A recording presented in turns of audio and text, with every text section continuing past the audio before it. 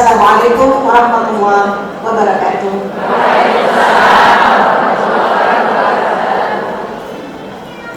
Yang terhormat Al-Mukarramah Ustazah Dr. Oki Setiana Dewi. Alhamdulillah pada kesempatan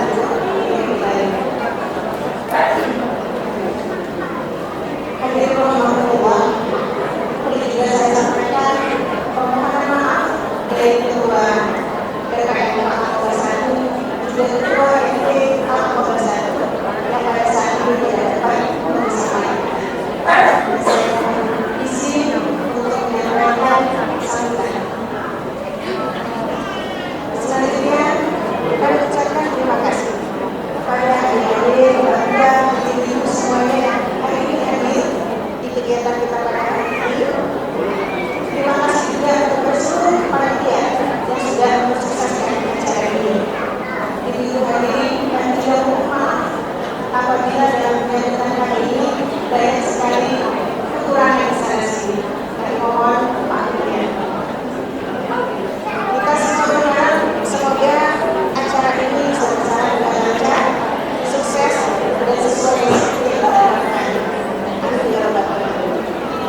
Jemaah yang beriman, Masjid Al-Akbar 1 Depok ini adalah milik bersama. Maka dari itu kami mengajak ibu semuanya, jemaah semuanya untuk meramaikan dan memakmurkan masjid ini. Dan bagi semangat yang baik ini juga kami mohon kiranya kepada jemaah semuanya untuk turut mendoakan kontribusi supaya bisa tetap jaya dan kedepannya bisa terus mensupport kegiatan-kegiatan yang baik dan seperti ini. Bukan puasa makan kelewat, kelewat dimakan dengan selasi. Semoga puasa kita diterima Allah, menjadi pribadi yang fitri dan bersih. Akhir kata, bila itu walidain, kedua orang tua. Wassalamualaikum warahmatullahi wabarakatuh.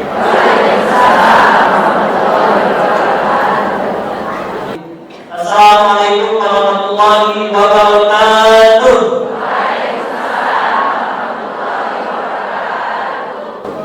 Alhamdulillah, alhamdulillahirabbil alamin. Wassalatu wassalamu ala asyrofil anbiya'i wal mursalin wa ala alihi wasallam. Asyhadu an la ilaha illallah wa asyhadu anna Muhammadar rasulullah. Dan kami hormati para tamu undangan, Ketua Majelis Taklim, Ketua Persatuan Istri Karya Bank Kursi, dan mungkin beberapa yang akan disebutkan satu persatu Bapak Ibu sekalian. Kami ucapkan terima kasih atas seluruh dukungan dari Bapak Ibu sekalian sehingga acara ini bisa segera dimulai Bapak Ibu sekalian. Dan memang setiap ada Masjid Al-Akbar itu rasanya luar biasa pergerakan dakwahnya, karena memang disupport oleh para karyawan-karyawan BUMN. Saya masih ingat malahan saat saya mau ikut kegiatan kemah Islam terpadu, yang itu juga ada pesertanya dari Brunei Darussalam sama dari Kuala Lumpur. Kami juga dapat support, kalau sudah salah dulu dari Masjid Al-Akbar, ya kan? Support dana untuk perjalanan ke Lampung di Bapak Ibu sekalian, ya kan? Dari karyawannya untuk kami berangkat ke sana. Nah, alhamdulillah Bapak Ibu sekalian, kalau seandainya tidak ada support itu mungkin tidak ada piala tuh yang mentereng di mana? Di rumah saya, yang menandakan saya mendapatkan juara kedua pidato bahasa Inggris Bapak Ibu sekalian saat itu. Juara satu puisi Islami juga saat itu. Walaupun pesertanya cuma 3 orang Bapak Ibu sekalian ya. Iya, kalau Bapak pidato bahasa Inggris cuma 3 orang, kalau buat Bapak puisinya banyak gitu. Nah, ini merupakan perjuangan dakwah Bapak Ibu sekalian yang dilakukan, dan ini merupakan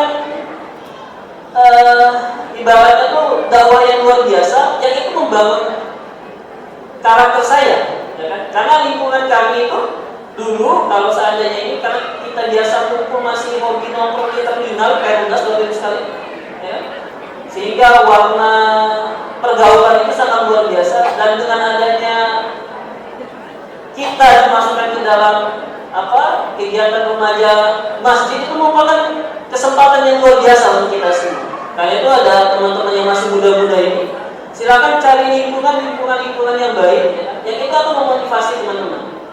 Alhamdulillah karena lingkungan yang baik itulah sehingga saya pun bisa berkenalan dengan teman-teman, malahan teman-teman itu seluruh Indonesia bisa ketemu. Kalau Bapak Ibu atau adik-adik tahu dengan seorang pemuda, satu-satunya pemuda Indonesia yang itu sudah ngobrol sama presiden luar negeri, ya, dengan bahasa Inggris yang lugas, malahan beliau mengisi mengisi seminar secara internasional, satu-satunya pemuda Indonesia, yaitu teman saya Gamal bin Said. Kalau kita niat benar pengen berangkat menuju Baitullah, seharusnya kita memanaskan diri kita untuk menuju Baitullah, Bapak Ibu sekalian. Nah, inilah resep yang luar biasa yang saya dapatkan dari PT Zakat Mulia Mandiri, Bapak Ibu sekalian. Karena memang karakter yang berbeda antara Zakat sama yang lainnya, karena memang fokus kita adalah ibadah Syiah. Bahwa kalau kita pengen sekali untuk berangkat menuju Baitullah, maka kita mesti memantaskan diri kita. Nah, itu Bapak Ibu sekalian. Oke, ini yang bisa saya sampaikan Bapak Ibu sekalian. Kurang lebih saya mohon maaf. Selamat datang kepada Ustazah Ofis Nadewi. Akhirul kalam, wassalamualaikum warahmatullahi wabarakatuh. Kami ucapkan selamat datang ke Masjid Aqobah 1 PT Busri Palembang. Ini kali kedua ya Ustazah mengunjungi PT Busri Palembang dan Masjid Aqobah 1. Kami ucapkan selamat datang kembali. Baik Ustazah, apa kabar Ustazah? Baik, alhamdulillah. Iya, kapan Ustazah datang ke Palembang? Kemarin pagi. Kemarin pagi. Ya. Kalau tidak salah saya dengar kemarin Ustazah udah padat nih jadwalnya. Udah kemana aja Ustazah? Masya Allah, udah 30 juz nggak? Ya Allah, sini sayang. Masya Allah. Iya, ini temannya Maryam tuh temannya mana 30 juz tuh. Maryam, ayo semangat ya nak. Masya Allah. Iya Ustazah. Kalau Maryam udah hafal berapa juz Ustazah? Berapa Maryam? Berapa juz? Bukan, Maryam dari juz 30 udah 9, 28, 3 juz maksudnya. Insya Allah Maryam. Maryam udah hafal berapa juz? 28, kira-kira orang udah 28 juz, 3 juz. Dari 30 udah 9, 28. Iya, dari Mas Kandung kasih Ustazah. Baik Ustazah, kalau di TV kita pernah lihat ya, kalau misalnya saya Ustazah Oki sama Maryam itu berbicara dalam bahasa Arab Ustazah. Oh, sambung ayat tadi ya, sambung ayat surah Abasa sama Maryam. Ya. Ya sayang? Ya, sama Maryam ya, Kak? Ya, silakan sayang. أعوذ بالله من الشيطان الرجيم بسم الله الرحمن الرحيم عبس وتولى أن جاءه الأعمى وما يدريك لعله يزكى أو يذكر فتنفعه الذكرى أما من استغنى فأنت له تصدى وما عليك ألا يزكى وأما من جاءك يسعى وهو يخشى فأنت عنه تلهى كلا إنها تذكرة فمن شاء ذكره في صحف مكرمة مرفوعة مطهرة بأيدي سفرة كرام بررة قتل الإنسان ما أكفره من أي شيء خلقه من نطفة خلقه فقدره ثم السبيل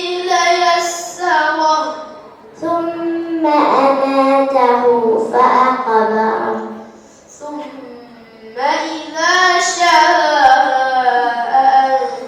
أنشره كلا لما يقض ما أمره فلينظر الإنسان إلى طعامه أنا صببنا الماء صبا ثم شققنا الأرض شقا فأنبتنا فيها حبا وعنبا وقضبا وزيتونا ونخلا وحدائق غلبا وفاكهة وأبا متاعا لكم ولأنعامكم فإذا جاءت الصاخة يوم يفر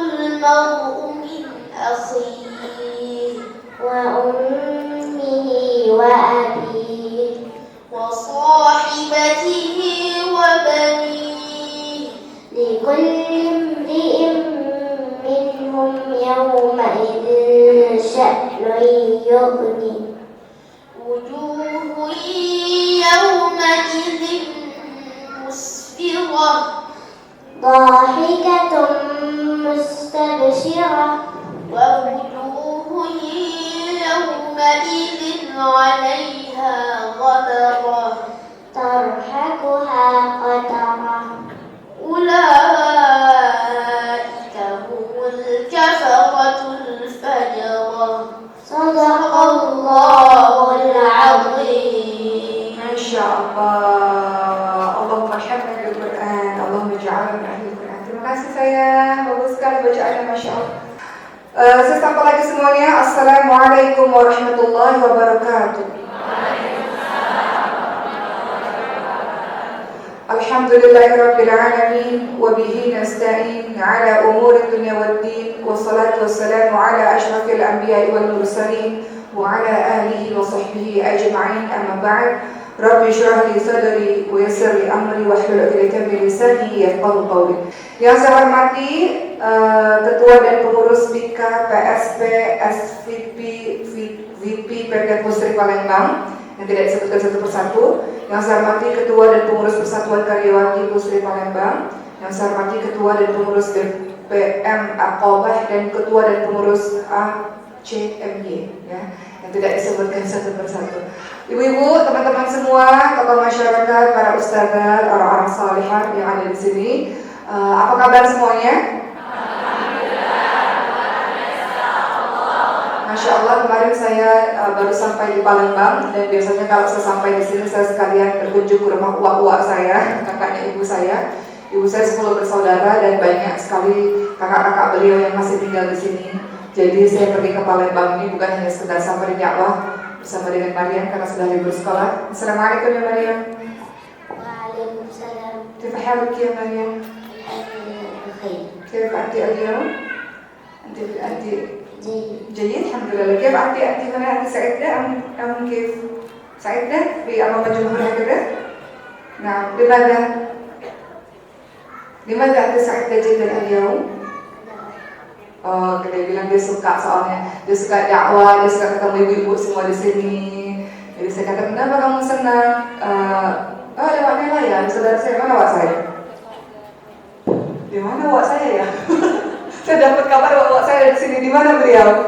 Mana Wak saya di mana? Oh, di belakang. Sini Wak. Sini juga apa Wak kalau mau di depan? Ya. Baik. Kalau kita ingat mati teman-teman, sekarang saya nasihat dari saya. Karena saya teringat dengan berbagai macam kematian kemarin-kemarin, ya Allah. Cukuplah kematian itu menjadi penasehat untuk diri kita teman-teman semua. Kematian itu disebut sebagai pemutus kelezatan. Orang-orang yang ingat mati pasti yang pertama dia akan khusyuk dalam berbagai macam ibadahnya. Karena dia tahu tidak ada kesempatan untuk bisa ibadah di hari-hari berikutnya, di waktu-waktu berikutnya. Pastilah dia akan banyak bertaubat kepada Allah dengan tetesan air matanya. Pastilah dia akan banyak minta maaf kepada semua orang yang telah ia lukai. Karena sebentar lagi waktunya habis. Dia akan senantiasa khusyuk dalam sholatnya. Kedua, orang yang senantiasa ingat mati, teman-teman sekalian, pastilah dia menjadi orang yang tawadhu', orang yang rendah hati. Pasti dia jadi orang yang rendah hati. Lawan terendah hati adalah sombong. Dia tahu ketika dia mati gak mungkin jasadnya itu mandi sendirian, gak mungkin jasadnya itu masuk ke liang lahat sendirian. Dia perlu pertolongan dari semua orang untuk bisa mengurusi jenazahnya yang tak berdaya itu. Orang-orang yang ingat mati akan tahu bahwa dirinya akan masuk ke lubang yang kecil itu. Dirinya tak berarti apa-apa. Semua harta yang dia punya tak berarti apa-apa. Semua jabatan yang dia punya tak berarti apa-apa. Semua ilmu kecerdasan yang dia punya tak berarti apa-apa. Dia cuma seonggok jasad, cuma seonggok daging yang sudah tak berdaya lagi ketika dia sudah mati. Maka orang-orang yang ingat mati, pastilah dia adalah orang-orang yang tawadhu', dia rendah hati di hadapan sesama manusia lainnya. Dia menyadari bahwa kelak dia bukan apa-apa. Semuanya akan dia lepaskan, tak berarti apa-apa. Yang ketiga, ketika dia ingat mati, teman-teman sekalian, pasti dia takut berbuat zalim. Dia takut berbuat jahat. Kenapa? Karena dia tahu kalau dia mati nanti masuk ke akhirat, dia kira dia membawa pahala puasa, membawa pahala mengaji, membawa pahala qiyamul lail. Namun ada orang yang pernah dia sakiti. Orang tersebut mengatakan kepada Allah, "Ya Allah, tunggu dulu ya Allah, jangan masukkan dia ke syurga-Mu wahai Allah. Walaupun banyak ibadahnya kepadamu ya Allah, tapi dia zalim kepada saya ya Allah. Dia jahat sekali kepada saya ya Allah. Lisannya, perbuatan yang menyakiti saya, dan dia belum minta maaf kepada saya ya Allah. Saya menuntut keadilan kepadamu ya Allah akan rasa sakit yang saya derita selama ini di dunia akibat perbuatannya, maka tunjukkanlah keadilan-Mu wahai Allah." Maka orang yang menuntut ini, yang dia zalimi selama di dunia ini, apa yang membuat pada akhirnya orang tersebut menjadi orang yang paling bangkrut kata Rasul? Sebab pahala puasanya, pahala mengajinya, pahala salatnya, seluruh pahala-pahala kebaikannya akan diberikan kepada orang yang dizalimi. Belum cukup, orang yang dizalimi ini punya banyak dosa, dosanya pun diberikan kepada orang yang jahat itu. Maka biasanya orang-orang yang senantiasa ingat mati, dia akan sangat takut berbuat jahat, sangat takut berbuat zalim, karena takut akan di mana hari ada orang-orang yang menuntut dia. Maka takutlah kita kalau kita berbuat zalim, kemudian ada orang mengatakan, "Saya akan menuntut kau di hari akhir nanti. Mungkin di dunia saya tidak bisa berbuat apa-apa, tapi Allah Maha Adil dan Allah tahu setiap perbuatan zalim yang kau lakukan kepada saya." Hati-hatilah dengan orang-orang yang menuntut kita di hari akhir nanti, teman-teman sekalian. Ya, jadi masya Allah. Ya, orang-orang yang senantiasa ingat mati, dia pasti tidak panjang angan-angan. Artinya dia tahu bahwa waktunya sempit. Rasul katakan umatnya Rasul ini hanya 60-70 tahun saja. Kita ibu-ibu, teman-teman semua yang sudah berusia 40 tahun, itu sudah jadi titik balik untuk mempersiapkan diri menuju kematian, bertemu dengan Allah Subhanahu wa Ta'ala. Orang-orang Madinah di zaman dulu itu sebelum 40 tahun masih sibuk dengan urusan dunia, masih banyak berkumpul dengan teman-teman sana sini. Tapi ketika sudah menjelang 40 tahun, mereka semakin berpikir untuk persiapan menuju kepada Allah Subhanahu wa Ta'ala.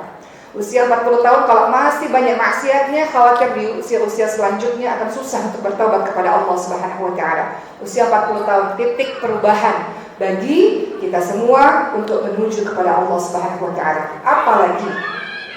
Apalagi orang-orang yang sudah soleh sejak mudanya, teman-teman semua.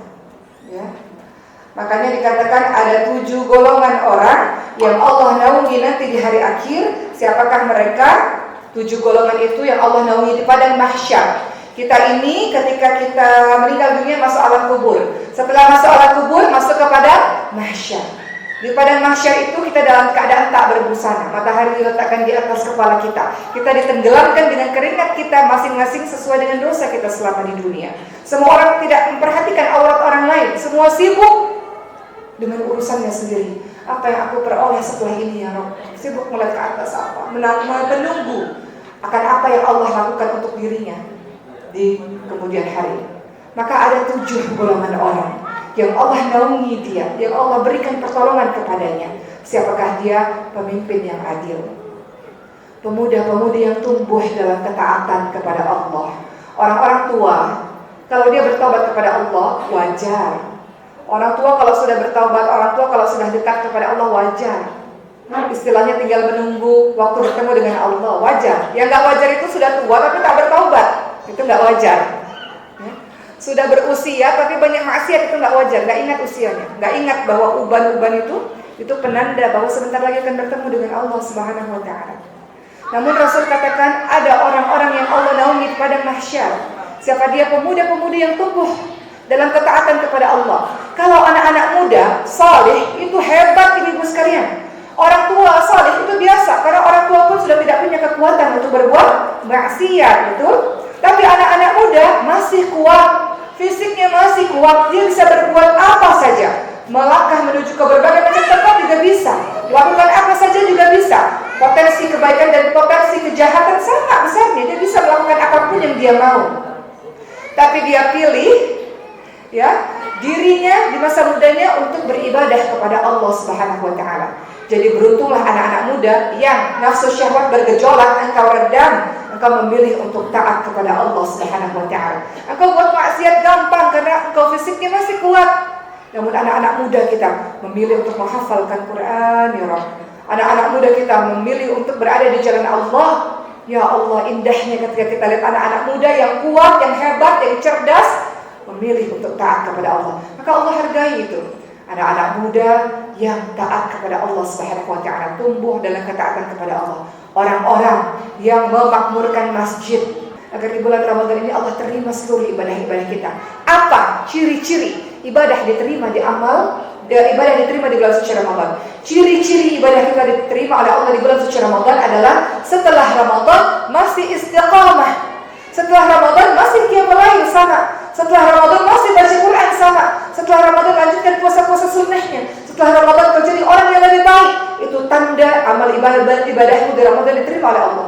Sama seperti orang yang haji atau umrah. Dikatakan haji mabrur, haji yang diterima adalah ketika ba'da haji. Setelah melakukan ibadah haji, kau jadi orang yang saleh, jadi orang yang taat. Ibadah-ibadah kau tetap terus lakukan dengan istiqamah. Itu yang disebut haji yang mabrur atau umrah yang mabrur. Begitulah dengan kita teman-teman semua. Jadi bulan suci Ramadan ini hendaknya kita semakin mendekatkan diri kepada Allah. Dan Rasul katakan, hiduplah engkau seperti orang asing yang tinggal di negeri asing. Yang dia lakukan adalah hatinya tidak bergantung kepada dunia. Hatinya tidak bergantung kepada dunia. Kalau diberikan kesenangan oleh Allah, alhamdulillah. Bukan kesenangan yang berlebih-lebihan, karena dia tahu hari ini senang, besok sedih. Hari ini tawa, besok pasti menangis. Begitulah Allah menggilirkan kehidupan kita selama di dunia. Kalau lagi sedih, jangan kau merasa paling sedih sedunia. Sedih itu gak selama-lamanya kok. Pasti ada ujungnya, kau akan bahagia pula. Seperti hujan badai, setelah itu kan ada pelangi. Jadi hatinya gak bergantung kepada dunia, hatinya tenang. Diberikan oleh Allah kesenangan, alhamdulillah. Diberikan oleh Allah kesedihan, alhamdulillah ala kulli hal. Segala puji bagi Allah untuk semua keadaan. Tingkatan orang kalau dapat musibah, yang pertama dia marah. Kenapa ya Allah? Kenapa aku melakukan itu kepadaku ya Allah? Aku apa lagi ya Allah? Aku sudah salat, akan mengikuti perintahmu. Kenapa ya Allah? Apa dosaku ya Allah? Tingkatan orang yang marah. Padahal setiap kali Allah berikan ujian, itulah yang terbaik untukmu. Ketika Allah anugerahi saya anak dengan kelainan langka, siapa sangka dari miliaran manusia Allah pilih saya salah satunya untuk mendapatkan anak dengan kelainan langka itu, ibu-ibu sekalian. Yang tiap hari kami berjuang untuk pengobatannya. Maka saya katakan, ya Allah, anak ini adalah guru bagi saya. Guru apa? Guru kesabaran, guru bersyukur. Dulu ngeliat anak bisa jalan ya biasa aja, normal, setiap anak juga berjalan. Ternyata berjalan itu adalah kasih sayang dari Allah. Anak saya bisa berjalan setelah ratusan terapi dengan tetesan air mata dan jeritan kesakitannya, ibu-ibu sekalian. Guru kesabaran, guru ketangguhan, guru bertawakal kepada Allah. Kita kalau bersandar pada diri sendiri aja, kalau Allah kasih ujian gak sanggup. Tapi kalau bersandar kepada Allah, ya Allah capek ya Allah, sedih ya Allah, gak kuat ya Allah. Allah tempat bersandar, gak akan kenapa-napa kita. Kata Allah, wala tahinu wala tahzanu wa antumul a'launa in kuntum mu'minin. Jangan kau lemah, jangan kau sedih. Sesungguhnya kau ditinggikan derajatnya oleh Allah kalau kau orang-orang yang beriman. Orang beriman itu gak takut berlebihan. Orang beriman itu gak sedih berlarut-larut. Dia tahu dia punya Allah dan semua akan baik-baik saja selama dia bergantung kepada Allah Subhanahu wa taala. Insyaallah, semoga Allah Subhanahu wa taala memberikan kita kemampuan untuk terus istiqamah berbuat baik. Alhamdulillah.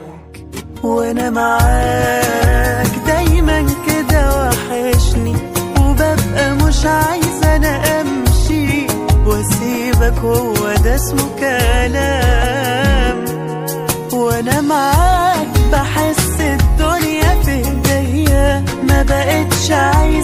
حاجة تانية من الدنيا غيرك يا حبيبي.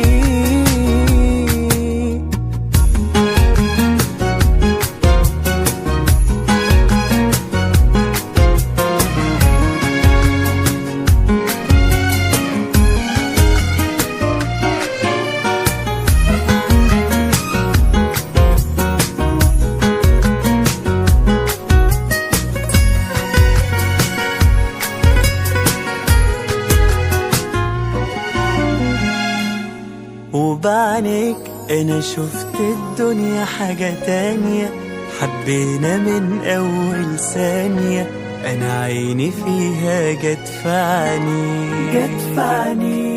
وبعدين لو كنت يوم تبعد عني، انا روحي تبعد وتسيبني، ولا يبقى فيها حياة بعدي.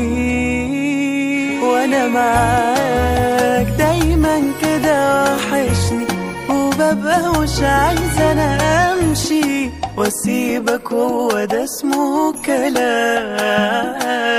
وانا معاك بحس الدنيا في ايديا، ما بقتش عايزة انا حاجة تانية من الدنيا غيرك يا حبيبي.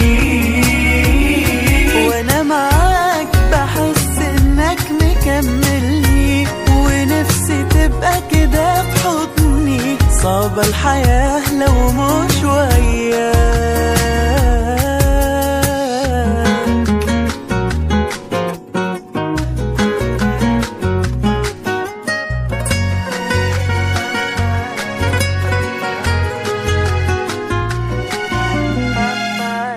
وانا معاك بحس الدنيا في ايديا، ما بقتش عايزة انا حاجة تانية من الدنيا غيرك يا حبيبي. وانا معاك بحس الدنيا في ايديا، ما بقتش عايزة انا حاجة تانية من الدنيا غيرك يا حبيبي.